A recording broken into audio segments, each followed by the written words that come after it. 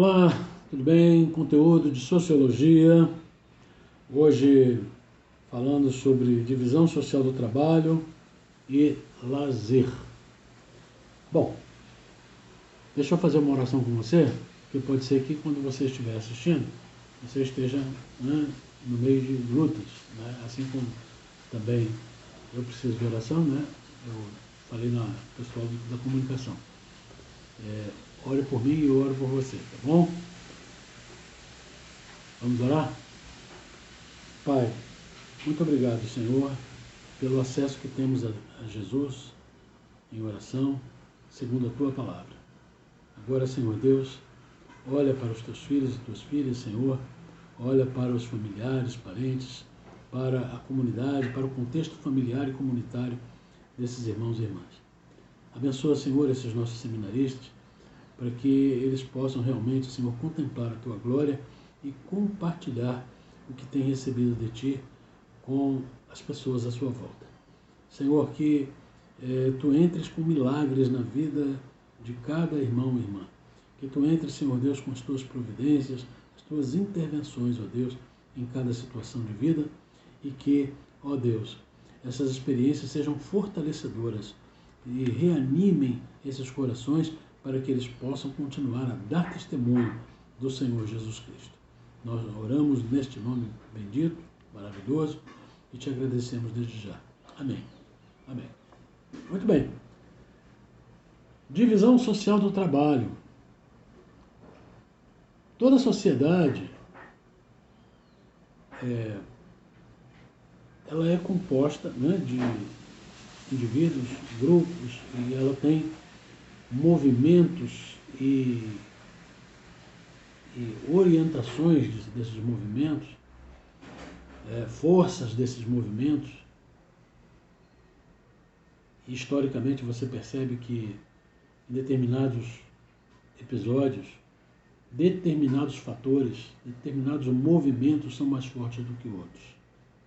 Já num outro momento, há uma rendição da guarda e aí novos fatores, novos movimentos, outras cores, outras falas, outras bandeiras surgem e as coisas mudam, mas o movimento das sociedades são sempre contínuos. E para que as sociedades sobrevivam, elas necessitam do trabalho. Então é necessário a gente ter uma noção sobre o trabalho. Ao longo do tempo, várias definições foram propostas. A gente pode dizer, por exemplo, que o trabalho é toda ação artificial, humana,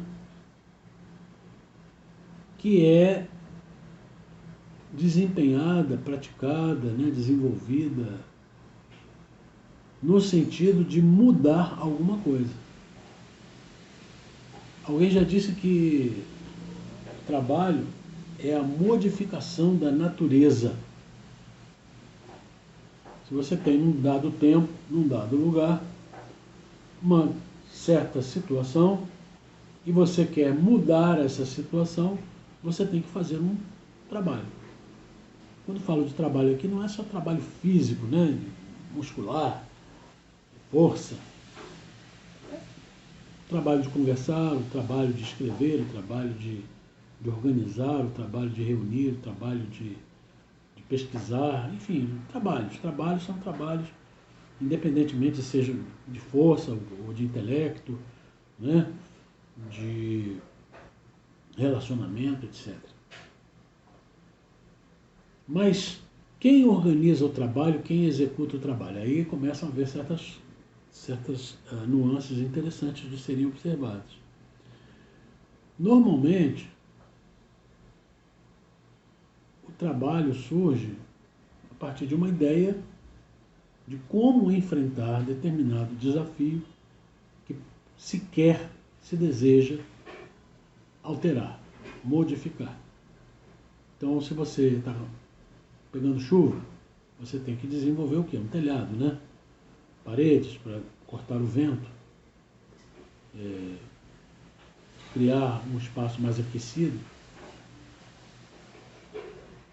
fazer isso de modo a que a água não destrua o trabalho que você realizou. Então, há uma série de providências que você tem que tomar para poder vencer esse problema que é, né, ficar exposto à chuva. Então, ao dividir o trabalho, alguém tem a ideia, né? Alguém tem a ideia. E a ideia vai ser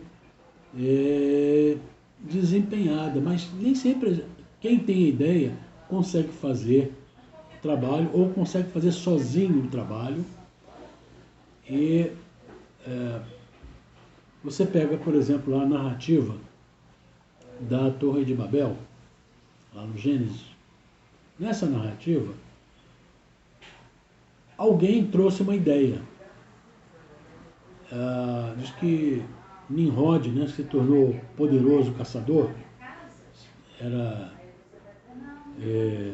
alguém que cresceu, né, que se tornou célebre, teve a ideia de fazer uma torre. Com que objetivo? Né? Para que finalidade? Para que o seu tope chegasse ao céu. E daí, nessa torre, né, que a gente fica sabendo pelos livros de história, que lá na Mesopotâmia, lá naquelas civilizações, né, da Suméria, dos mesopotâmios em geral, naquelas civilizações, se tornou comum, e durante muito tempo, durante séculos, essa coisa permaneceu. As pessoas fazerem torres, principalmente onde não tem elevação, numa planície.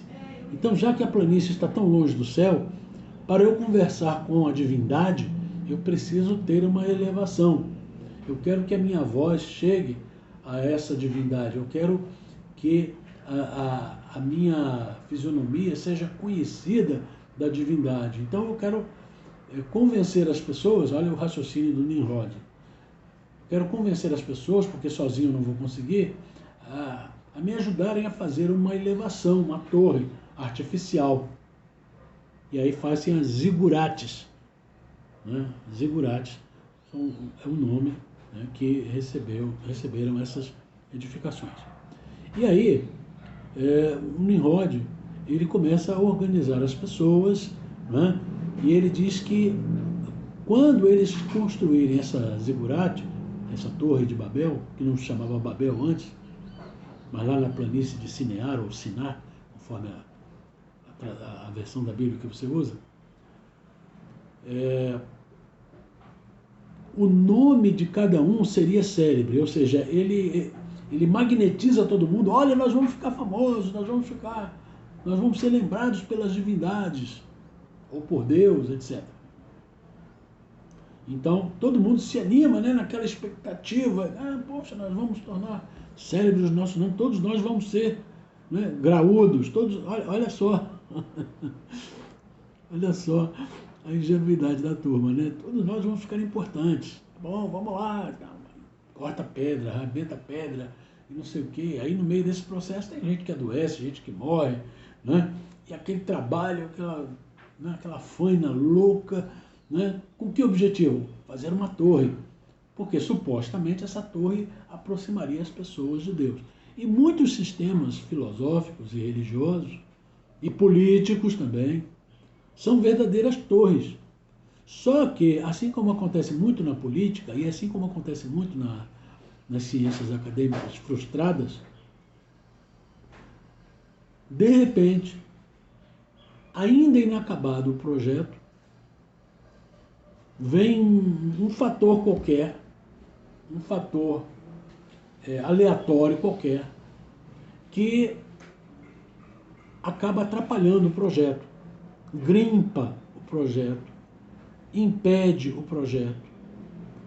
E aí eles não conseguem mais se entender. Lá na Bíblia diz que Deus resolveu, né, confundir a linguagem de todos, e aí eles passaram a falar em outros idiomas, né? Assim está descrito na Bíblia. Mas se a gente for pensar bem, não é questão aqui de dizer se se é para ser tomado literalmente ou não. Não estou discutindo isso agora. Apenas dizendo o seguinte, que na aplicação concreta disso, desse conceito da Torre de Babel, certos projetos são fadados à confusão, principalmente quando eles são concebidos por uma loucura de hegemonia, por uma noção de glória humana. Por isso, nós não podemos dar glória ao homem. Não podemos dar glória à nossa espécie. A nossa espécie é uma espécie decaída. A nossa espécie é pecaminosa. Por mais que você tenha elementos assim, fantásticos, singulares, ultra inteligentes, né, ultra especiais, né? Nós cristãos normalmente lemos esse brilho, né, essa especialidade de algumas pessoas que foram transformadoras da história como instrumentos da vontade de Deus, assim como Deus usou, por exemplo, o profeta Jonas para socorrer, para ajudar, para livrar do mal uma nação pecaminosa, né? Nínive e todo o seu império. Deus usa Jonas para evitar que o castigo venha sobre aquela geração, mas também Deus usa Ciro, né? Um déspota, um governante tirânico, mas que no seu projeto tirânico, de alguma maneira estava organizando as coisas, de alguma maneira estava trazendo certa ordem, né, para aquela civilização.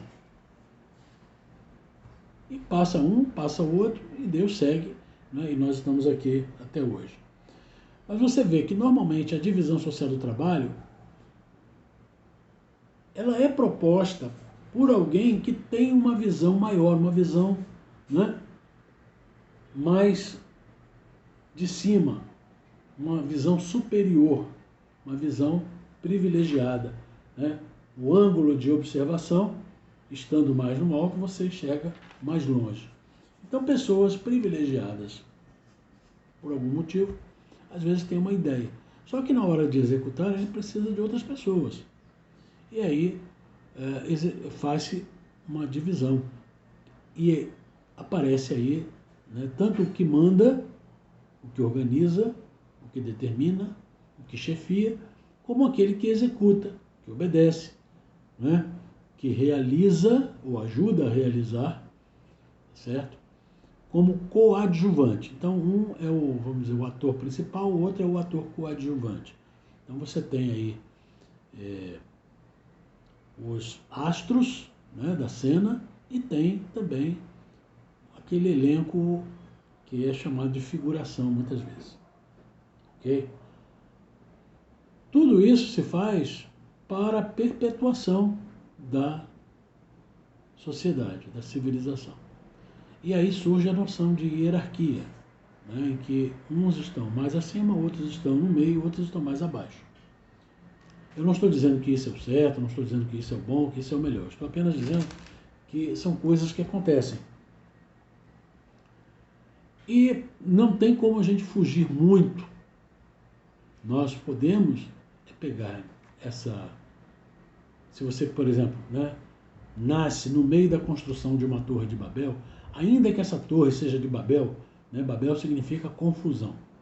Então, ainda que seja este mundo confuso em que nós vivemos, e nós fazemos parte dele, né, e Jesus diz que nós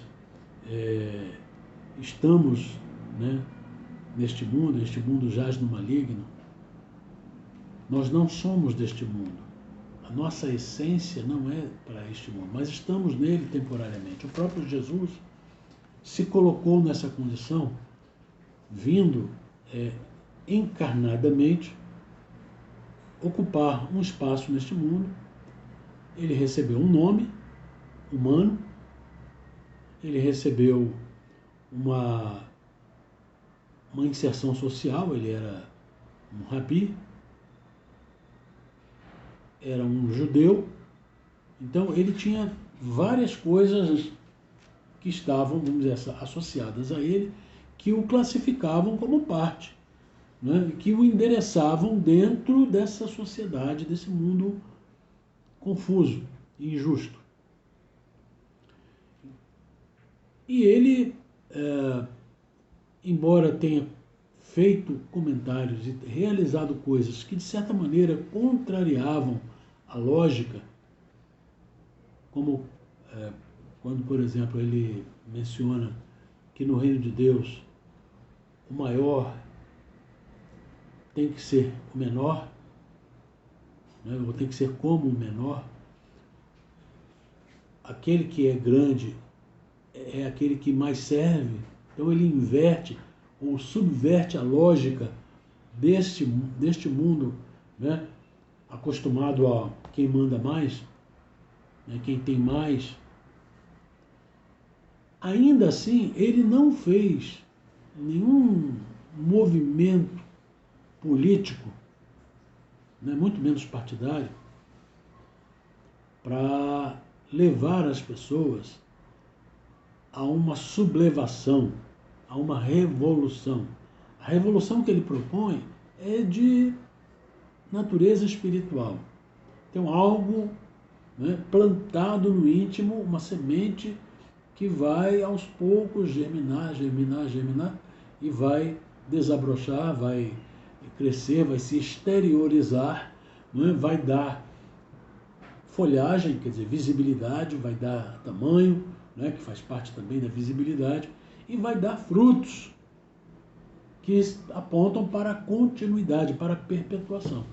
Mas quando você está num sistema, você trabalha, você vive, né, você exerce uma determinada atividade profissional para se manter.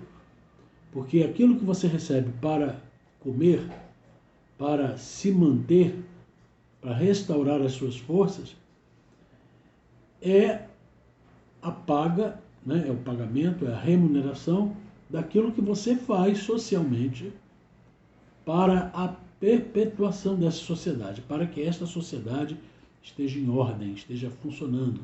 Né? Você recebe para poder fazer parte do esforço, ou por fazer parte do esforço, de continuidade dessa sociedade.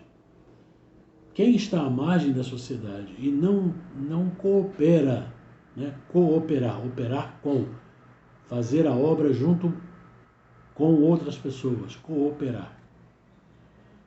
Uma pessoa que não coopera com a sociedade, mas que rouba da sociedade, que tira da sociedade, que se nutre da sociedade de modo ilegítimo, sem cooperar com os demais,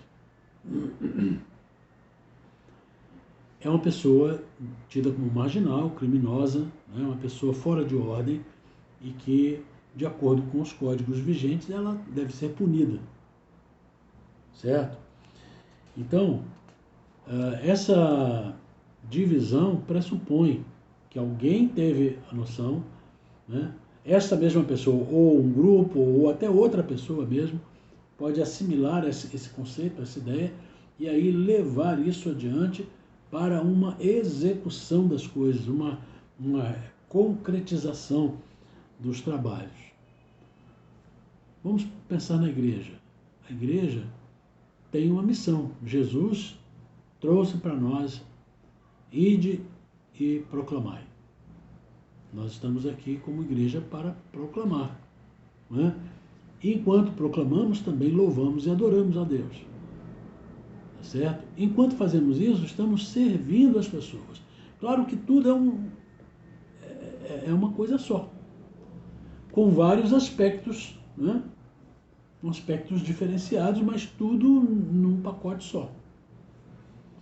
E nós temos colocado sobre nós pessoas que, hierarquicamente, pela idade, pela experiência, né, pelo preparo, né, pela formação, elas atendem aos requisitos para comandar, para chefiar, para supervisionar, certo? A obra, superintendendo a obra, e outros para executarem. Então, a gente acaba, de certa maneira, reproduzindo a pirâmide. Mas veja, nós não queremos formar zigurates, por mais que às vezes o discurso religioso possa nos parecer caminhar nessa direção. Mas, voltando a dizer, né, ou melhor, lembrando a gente, nós não estamos aqui como profissionais da fé. Nós, na verdade, temos uma missão, temos um ministério e temos um sacerdócio. Nós somos chamados ao sacerdócio, né, servindo ao Senhor, fazendo a nossa parte no trabalho. E muitas vezes nos submetendo a outros, né, enquanto eu sou pastor, mas eu posso me submeter ao programa da escola dominical. Eu não preciso, porque eu sou pastor, eu posso mudar o programa da escola dominical ao meu bel prazer. Então, eu vou procurar fazer a minha parte sem atrapalhar a parte dos outros. E aí, por amor, por respeito, por consideração, por deferência, muitas vezes essa hierarquia não é tão rígida, ela pode ser flexibilizada. Eu não posso deixar de falar de lazer. Lazer é meio que um suspiro, né, no meio das atividades. O lazer, que eu até gostaria de falar num outro momento, mas em tudo que a gente faz, a gente precisa, de certa maneira, fazer compensações da pressão. Se nós nos entregarmos ao ministério, né, com um zelo total, poderá ser uma bênção. Poderá ser uma bênção. Mas assim como aconteceu com Elias, que levou assim, tão a sério o ministério e que acabou criando para si próprio um desgaste que para ele foi uma viagem só de ida, não teve como retornar. Dali começou realmente a finalização do seu ministério no Monte Carmelo. Foi o ápice, né? Chegou ao ponto máximo e dali só podia descer. E foi o que aconteceu com Elias. Ou então João Batista. Ele foi super honesto, ele foi super verdadeiro, ele foi super íntegro, foi tudo isso. E nós devemos ser também. Só que tem coisas da intensidade. Se você pegar, né, lá no fogão e colocar no máximo para fritar um ovo, por exemplo, o que vai acontecer? Você vai queimar o ovo por baixo e ele vai estar cru por cima. Então você tem que ir graduando, né? O arroz é a mesma coisa. Se você colocar o arroz para fazer já no fogo máximo, você vai torrar ele por baixo e vai ficar duro em cima, vai ficar cru em cima, certo? Então você tem que ir graduando as coisas. E quando você tem tempo para isso. João Batista não tinha esse tempo. Então João Batista foi do 0 ao 100, assim, né, em muito pouco tempo. E o que aconteceu? Né? Perdeu a cabeça. Porque o seu ministério era um ministério meteórico mesmo. Não é questão de fazer crítica a João Batista ou ironizar João Batista, não é isso. Mas é dizer que em certos ministérios isso é necessário. Mas se você tem um ministério a exercer ao longo da vida, salvo se Deus te disse, olha, você tem pouco tempo e você precisa fazer tal coisa, né, em caráter de urgência e tem que ser ao máximo. Amém. Faça aquilo que Deus está pondo, né, para você fazer. Certo? Mais importa atender a Deus do que aos homens. Correto? Então eu vou me colocar na minha posição aqui, me recolher a minha insignificância. Certo? Mas se você tem um ministério ao longo do qual você vai exercer aquela tarefa que Deus te entregou, saiba também dosar as coisas com o lazer, com uma maneira de desafogar, principalmente a sua família, porque o seu ministério muitas vezes não é necessariamente o ministério dos seus filhos. Então filhos e filhas muitas vezes sofrem com as injunções do ministério, né, dos seus pais. Então se você quer ter uma família equilibrada, você vai ter que também saber compensar, saber valorizar os momentos de lazer, de descontração, né? Não entre nessa de fazer aquele ministério, né? De tudo e tem que ser feito rapidinho, tá bom? Bom, a gente volta a falar, mas olha só, pega Jó 32, lê, faz um comentário e me manda pelo zap, tá bom? Veja ali, estratificação, precedência e hierarquia, tá? Jó 32. Eu quero ler o seu comentário, tá bom? Um abraço.